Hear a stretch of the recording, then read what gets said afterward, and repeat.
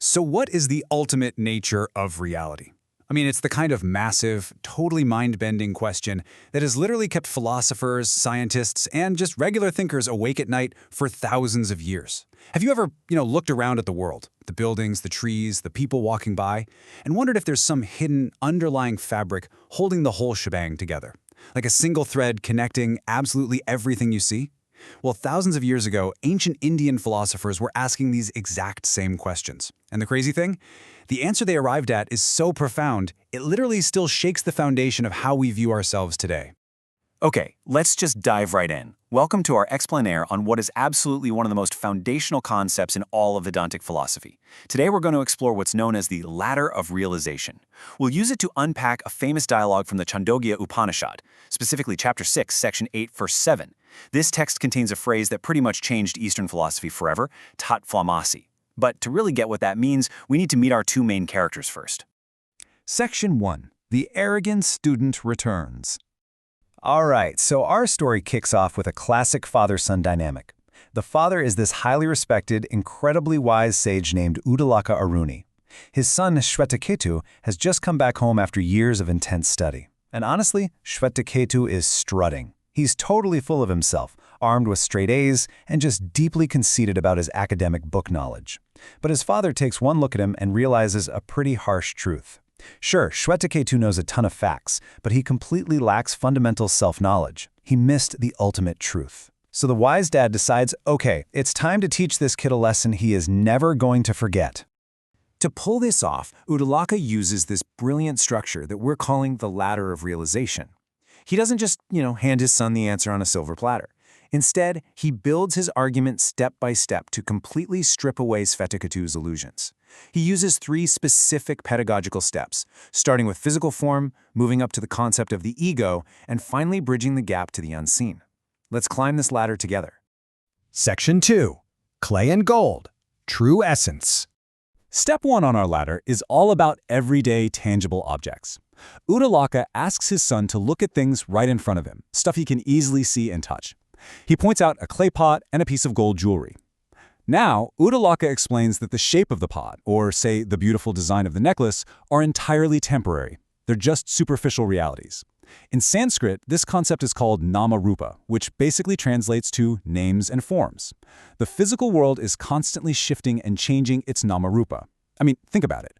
A clay pot can be smashed to pieces and spun into a clay plate. The gold necklace can be melted down and forged into a gold coin. The name changes, the form changes, but something essential stays exactly the same. And that brings us to the crucial point. What actually lies beneath that change? Whether you're looking at a pot, a plate, or a little figurine, the underlying essence is always just clay. Whether it's a fancy necklace or a plain coin, the essence is always just gold. This unchanging essence represents what the text calls Sat, or Brahman. It's the ultimate unchanging reality that underlies all the shifting temporary forms of our physical world. The forms, they're temporary, but the essence, that is eternal. Section 3. Merging Rivers. Losing the Ego. Now, Uddalaka knows his son is stubborn, right? So he pushes him a bit further. He steps up the ladder of realization, moving away from static, inanimate objects like clay and into dynamic, moving forces, the merging of rivers. And this is a beautiful way to illustrate the loss of the individual ego. Think of it like this. You have rivers rushing in from the east and rivers rushing in from the west. While they're flowing over the land, we give them all different names. They have very specific boundaries, specific identities. But what happens when they finally pour into the vast ocean? They completely lose their individual names. They lose those boundaries. You can't just scoop up a cup of ocean water and say, ah, yes, this is the Eastern River. No way. They have completely merged into the ultimate source. Uddalaka is trying to show Shvetaketu that our individual egos, the very things we think make us separate and unique, ultimately just dissolve into the one supreme reality.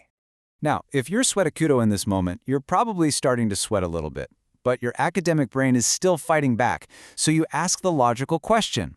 Father, if this ultimate reality has no specific form, like the clay pot, and no specific boundary, like the individual river, how in the world do we know it exists if we can't even see it? And you know what?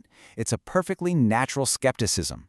How are we supposed to trust an ultimate truth that is entirely invisible to our senses? Section 4. Salt in Water. Unseen Reality. This brings us right to the third and final step of the ladder, really the absolute climax of Uddalaka's masterclass in philosophy. It's the metaphor of salt in water. The father instructs Swetaketu to take a chunk of salt, drop it into a bowl of water, and just leave it overnight. The next morning, he asks his son to find the salt. Of course, Swetaketu looks into the bowl and sees absolutely nothing. The salt has completely dissolved, it's practically vanished. But then, Uddalaka asks him to take a sip from the surface. It's salty, Swetaketu says. Okay, take a sip from the middle, the father tells him. Salty. Take a sip from the bottom. Still salty. The lesson here is just staggering. The salt is totally invisible to the naked eye, yet it literally pervades every single microscopic drop of that water. Just because you cannot see the ultimate reality, salt, doesn't mean it isn't there. It is ever present, completely permeating absolutely everything in existence. Section 5. The Great Declaration. So, having totally dismantled his son's ego, and having proven that the underlying essence of the universe is real, eternal, and all-pervading, Uddalaka is finally ready to deliver the ultimate payoff of this whole journey. He's ready to make the Mahavakya, which translates to the Great Declaration. But he doesn't just say it once and move on. In Chapter 6 of the Chandogya Upanishad, the sage rhythmically repeats his final concluding refrain exactly 9 times. 9 times! He practically drums it into Swetaketu's head, cementing the teaching so incredibly deeply that the arrogant boy could never possibly forget it. Let's take a look at the original Sanskrit text for this foundational verse. Now, while the ancient meter is definitely complex, the absolute core of Vedantic philosophy rests right here in this one phrase, Tattva Masi Shvitakito. Let's actually break down exactly what that means. Tattvam Asi, 3 little words that basically hold the weight of the entire cosmos. Number 1 is tat, meaning that. This refers to the salt in the water, the gold in the jewelry. It's the ultimate, all-pervading consciousness and reality of the universe. Number 2 is twam, meaning thou or you. This is you, Svetaketu. This is the individual self, the jiva, sitting right here, right now. And finally, number 3, asi, meaning are. This word is the great equalizer. It represents the essential identity, the complete non-difference between the two. When you string it all together in English, you get this incredibly powerful translation. That which is the subtle essence, in that all this has its being, that is the truth. That is the self. That thou art, O Swetaketu. I mean, just let that sink in for a second.